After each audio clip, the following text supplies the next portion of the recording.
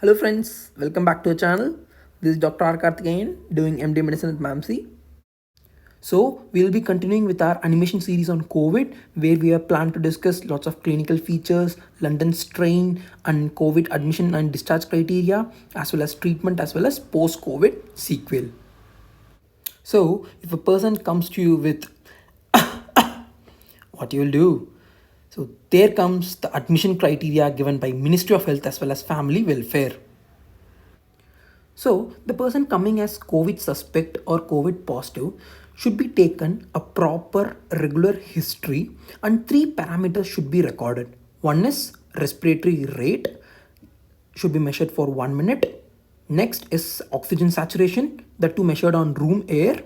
Then, if chest x-ray findings are there, if any. This will help to classify patients according to clinical criteria given by Ministry of Health and Family Welfare. According to this clinical criteria, we classify the patients into mild, moderate, and severe category. So, saturation is measured on room air. Next, respiratory rate, if less than 15 mild, 15 to 30 moderate, and greater than or equal to 30 severe. Saturation greater than 94 mild, 90 to 94 moderate, and less than 90 severe. Next, chest x-ray findings, if there are plus, if it is moderate, if it is very much significant, it is severe. So this can also called as group 1, 2, 3.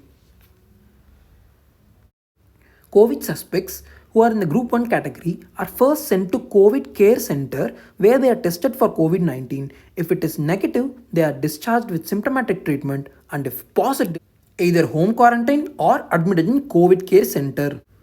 COVID care centers are nothing but stadiums, hotels, schools and colleges where the people will be kept as a separate group as suspects as well as positives, and they will be monitored twice daily by the doctors or Ayush doctors, and if the patient deteriorates they will be sent to dedicated COVID healthcare center. Next comes moderate cases or suspects. First, they will also be tested for COVID-19. If negative, they will be referred to non-COVID hospital to find out the cause why they are deteriorating. And if positive, they will be admitted in dedicated COVID healthcare center.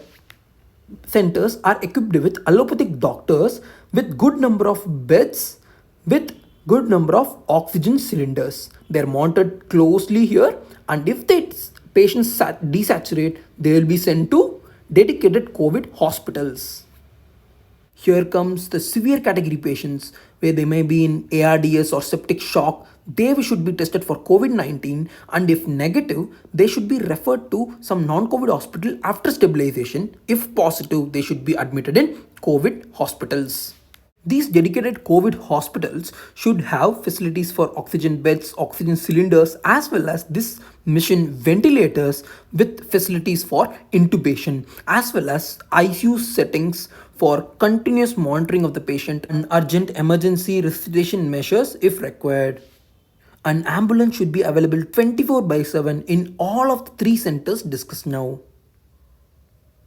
So now we will have a short recap of what and all we saw.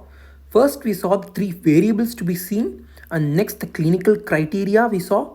Next, we were seeing each of the criteria like group 1, how to manage, what are the COVID care centers available, then what doctors are available there, Ayush doctors, and how are they treating them. Next, how to manage the moderate cases as well as suspects. What are the dedicated COVID care centers equipped with? Next, how to manage the severe cases where they are admitted, dedicated COVID hospitals, and what are dedicated COVID hospitals equipped with? ICU facilities, ventilators. So yes, stay tuned for further videos on animation series on COVID. If you like this video, kindly show your support by subscribing to our channel and liking our video. Thank you.